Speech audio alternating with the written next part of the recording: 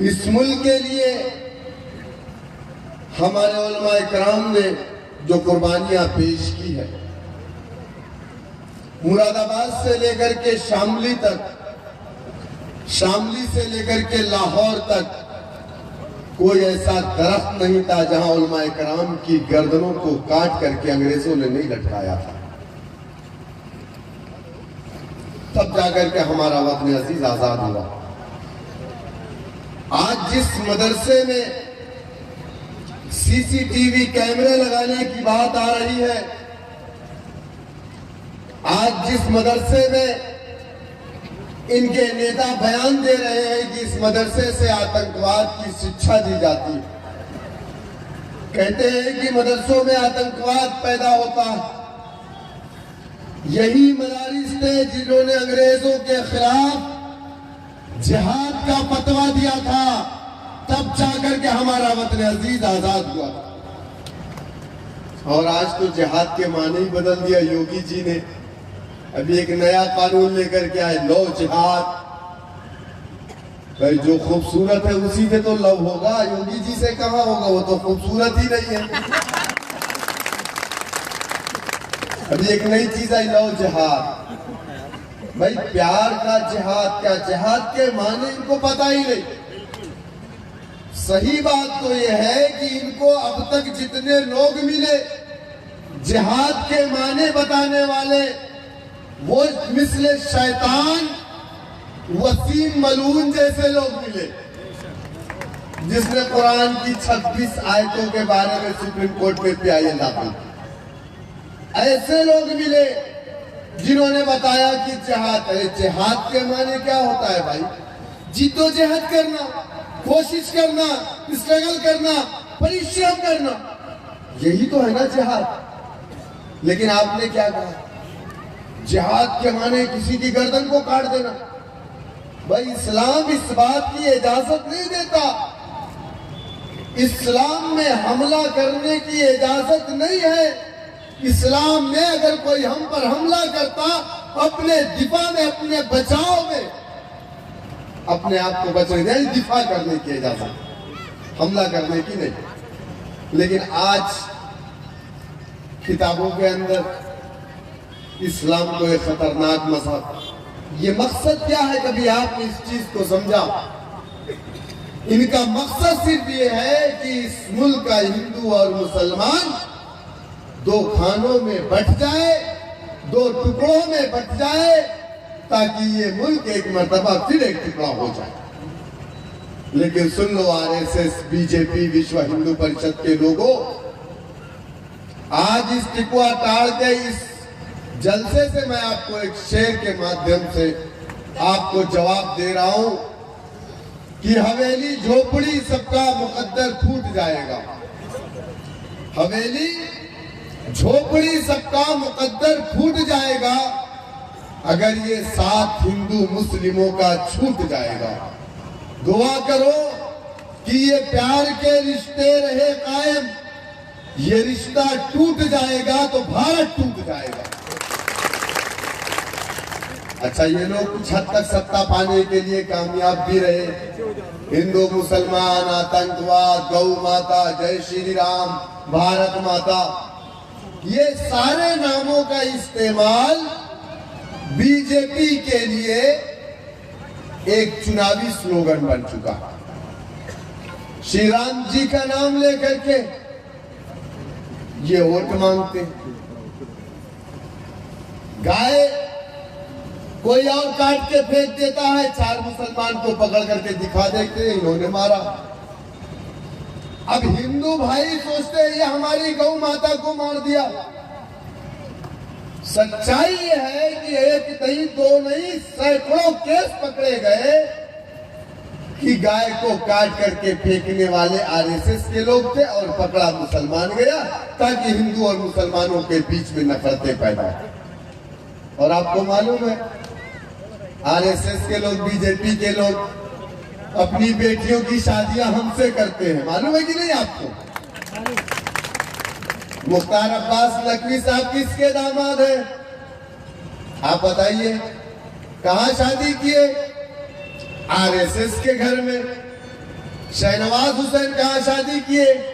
RSS के घर में। अडवाणी जी ने अपनी भतीजी की शादी किससे किया? एक मुसलमान के बेटे से। आप सोचिए, अपनी बेटी की शादी मुसलमानों से, यानी इनके घर में दामाद मुसलमान का, और वोट लेने के लिए जब ये मंच पर आते हैं तो हिंदू और मुसलमानों को बांटने के लिए नफरत भरी तकरीरें करते हैं। क्या मेरी बात गलत? नहीं, सही है। मुसलमानों, लेकिन मैं आपको जो बात करने वाला था, मैं थोड़ा सा टॉपिक से हट गया। हमारा मुल्क एक जमहूरी मुल्क है, और जमहूरियत की सबसे बड़ी ताकत क्या है मालूम आपको? जमहूरियत की सबसे बड़ी ताकत आपका पैसा नहीं है। जमहूरियत की सबसे बड़ी ताकत आपकी बिल्डिंगें नहीं है। जमहूरियत की सबसे बड़ी ताकत आपके खेत नहीं है। जमहूरियत की सबसे बड़ी ताकत सियासत है, सियासत है, सियासत। सियासत ही एक ऐसी ताकत है कि रेलवे स्टेशन पर चाय चाय चाय बेचने वाला नरेंद्र मोदी रात को 8 बजे खड़ा होता है और कहता कि आज से 1500 नोट बंद, ये रद्दी कागज है। ये सियासत की ताकत। क्या मेरी बात गलत? सियासत ही वो ताकत है जो तय करती है कि राशन की दुकान पर शक्कर एक कार्ड पर कितना मिलेगी, मिट्टी का तेल कितना मिलेगा, चावल कितना मिलेगा। ये सियासतदान तय करते हैं। क्या मेरी बात गलत? सियासत ही ये तय करती है कि किस दिन कुशीनगर का बाजार खुला रहेगा, किस दिन कुशीनगर का बाजार बंद रहेगा। सियासत ही ये तय करती है कि लॉकडाउन कब लगेगा, कर्फ्यू कब लगेगा, 144 कब लगेगा। एक अलग बात है कि ऐलान करने वाला सियासी नौकर होता, लेकिन फैसला सियासतदान ही करता है। मुल्क आजाद हुआ 1947 में। पहला कन्वेंशन मुसलमानों का बुलाया गया। कहां? लखनऊ में। नवंबर के महीने में रिफायाम कलम में पहला कन्वेंशन मुस्लिम दानिश्वरों का बुलाया गया, जिसमें मौलाना अबुल कलाम आजाद भी थे। और कहा गया है मुसलमानों, वतन अजीज आजाद हो गया। इस मुल्क के अंदर 2 सियासी पार्टियां, एक पार्टी का नाम कांग्रेस पार्टी है और दूसरी पार्टी का नाम मुस्लिम लीग है। चूंकि आजादी से थोड़ा पहले हमारा मुल्क 2 हिस्सों में बटा। आजाद होने के बाद यानी पार्टीशन हुआ, एक पाकिस्तान बना। तो चूंकि मुसलमान शक की निगाह से देखा जा रहा था, हमारे बड़ों ने उस वक्त जो भी फैसला लिया वो मुझे लगता है कि वक्त और हालात को देख करके उन्होंने सही फैसले किए। कहा मुसलमानों, हमारे मुल्क के अंदर 2 सियासी पार्टियां हैं, एक मुस्लिम लीग है, दूसरी कांग्रेस पार्टी। लेकिन मुसलमानों, मुस्लिम लीग तुम्हारी पार्टी नहीं है। हमने लब्बैक कहा मुस्लिम लीग के कायदीन तुम्हारे कायद नहीं है। हमने बड़ों की बातों पर लब्बैक कहा कांग्रेस पार्टी तुम्हारी पार्टी है, नेहरू तुम्हारे लीडर हैं, इंदिरा तुम्हारी कायद है, राजीव तुम्हारे नेता। हमने लब्बैक कांग्रेस पार्टी को अपनी पार्टी माना, कांग्रेस के डंडे झंडे को अपने कंधों पे रख करके जिंदाबाद के नारे लगाए। उस वक्त बहुजन समाज पार्टी नहीं थी, दलितों की party Congress party, backward class की पार्टी कांग्रेस पार्टी, ठाकुर साहब की पार्टी कांग्रेस पार्टी, पंडित जी की पार्टी कांग्रेस पार्टी, यानी हर कोई मुसलमानों की पार्टी, अल्पसंख्यकों की पार्टी कांग्रेस पार्टी। हमारे बड़ों ने भी कहा कि तुम अपनी पार्टी नहीं बनाना, तुम अपना कोई सियासी दल ना बनाना, अपना झंडा अपना डंडा न बनाना। अगर तुमको सियासत करनी होगी तो ये कांग्रेस पार्टी तुम्हारी पार्टी है। इस पार्टी में रह करके तुम अपने सियासी मुस्तकबिल को तलाश करना। हमने लब्बैक कहा, हमने सियासत कांग्रेस पार्टी को अपनी पार्टी माना।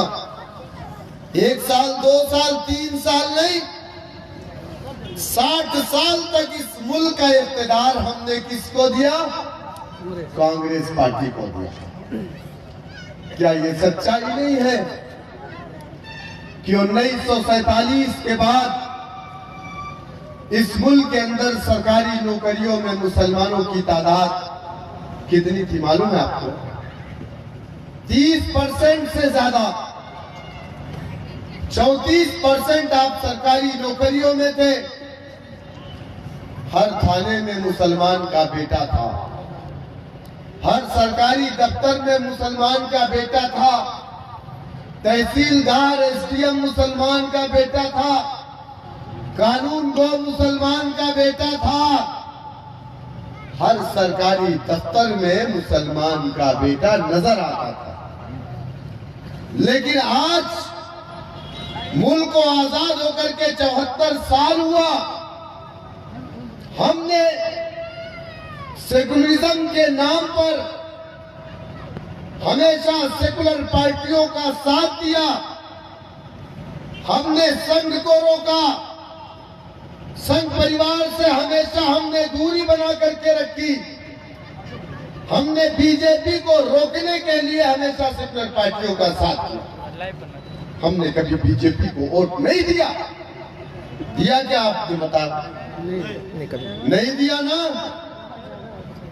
लेकिन इस मुल्क के अंदर अगर किसी का, किसी कौम का सबसे ज्यादा इस्तेमाल और इस्तेहसाल हुआ है तो यकीनन मैं ये कहूंगा कि वो कौम कलमा ला इलाहा इल्लल्लाह मुहम्मदुर रसूलुल्लाह पढ़ने वाली कौम। आज सरकारी नौकरियों में आप कितने हैं मालूम है आपको? 1% नहीं है। हर थाने में आपको यादव का बेटा मिलेगा, हर थाने में आपको दलित का बेटा मिलेगा, लेकिन मुसलमान का बेटा आपको 50 थाने घूमने के बाद कहीं एक मिलेगा।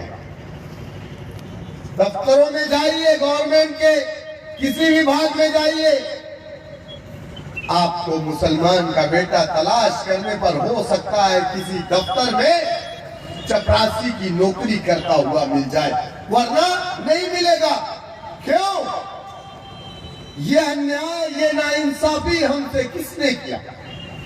जिस पार्टी को हमने अपनी पार्टी माना, जिस पार्टी के लीडरों को हमने अपना लीडर माना, जिस पार्टी को हमने वोट दिया, नोट दिया, सपोर्ट किया, जिस पार्टी को हमने इख्तिदार की कुर्सियां दी, हमने उनसे कुछ नहीं मांगा था। हमने सिर्फ यही कहा था कि बाबा साहेब भीमराव अंबेडकर ने संविधान में जो हमें हुकूक दिए हैं वो हुकूक ईमानदारी से हमको ला करके दे देना। हमने ये नहीं कहा था कि तुम हमको आसमान से तारे तोड़ करके ला करके दे देना, ये नहीं मांगा था। हमें मिला क्या? क्या मिला? 30,000 से जायद दंगे मुल्क के अंदर, और दंगे हुए नहीं, दंगे करवाए गए। और कहां करवाए गए? जिन इलाकों में मुसलमानों की तादाद ज्यादा थी, जिन इलाकों में मुसलमान माशी तौर से मजबूत था, जिन इलाकों में मुसलमानों के कारोबार अच्छे थे, उन इलाकों में दंगे करवाए गए और करवा करके मुसलमानों को कमजोर किया गया, उनकी कमर को तोड़ दिया गया। क्या मेरी बात गलत? हमारे बुजुर्ग चचा लोग बैठे। क्या हाशिमपुरा के अंदर क्या हुआ? मुरादाबाद की ईदगाह में क्या हुआ? ईद के रोज हम लोग जाते हैं नमाज पढ़ने, हमारी माँ, हमारी बीवी, हमारे बच्चे इंतजार करते हैं, मेरा बेटा नमाज पढ़ करके आएगा, नमाज पढ़ करके आएगा, अभी मेरे लिए फूल लाएगा। बच्चे इंतजार करते हैं हमारे लिए खिलौने आएंगे, बीवी इंतजार करती आके मुझे मुबारकबाद देगा। अरे इसी कांग्रेस की हुकूमत में ईदगाह के दिन ईदगाह में गोलियों से मुसलमानों को भूना गया और उनकी लाशें उनके घरों को आई। 1984 में बाबरी मस्जिद का ताला खुला, छुटफुट फसादात हुए। मेरठ के अंदर हाशिमपुरा में हुआ, मोहसिना किदवाई, बूटा सिंह, चिदंबरम, सारे लोगों की मौजूदगी में रात को 12 बजे के बाद रमजान के महीने में 47 मुसलमानों को पहले तो घरों में से निकाला गया। जिनकी उम्र 35 साल से ज्यादा थी उनको कहा तुम अपने घरों में जाओ। पीएससी के लोगों ने, मेरी एक बात गलत नहीं है, रिपोर्ट पढ़ लीजिएगा। मजलिस के लोग हवा में बात नहीं करते। रात को 12 बजे के बाद 35 साल के नौजवान जो उससे ज्यादा उम्र के थे उनको भेज दिया गया, तुम अपने घरों को वापस चले जाओ। पीएससी के वैन में लादा गया, गंग नहर में ले जाकर के गाजियाबाद में उन्हें शूट कर दिया गया गोलियों से। नौजवानों, ये तुम्हारे साथ यहाँ की उन सेकुलर पार्टियों ने किया जिन पार्टियों को मुसलमानों तुमने अपनी पार्टी माना था, जिसके झंडे को अपना झंडा माना था, जिसके लीडरों को अपना लीडर माना था, उन्होंने किया। आज क्या हालात है मुसलमानों?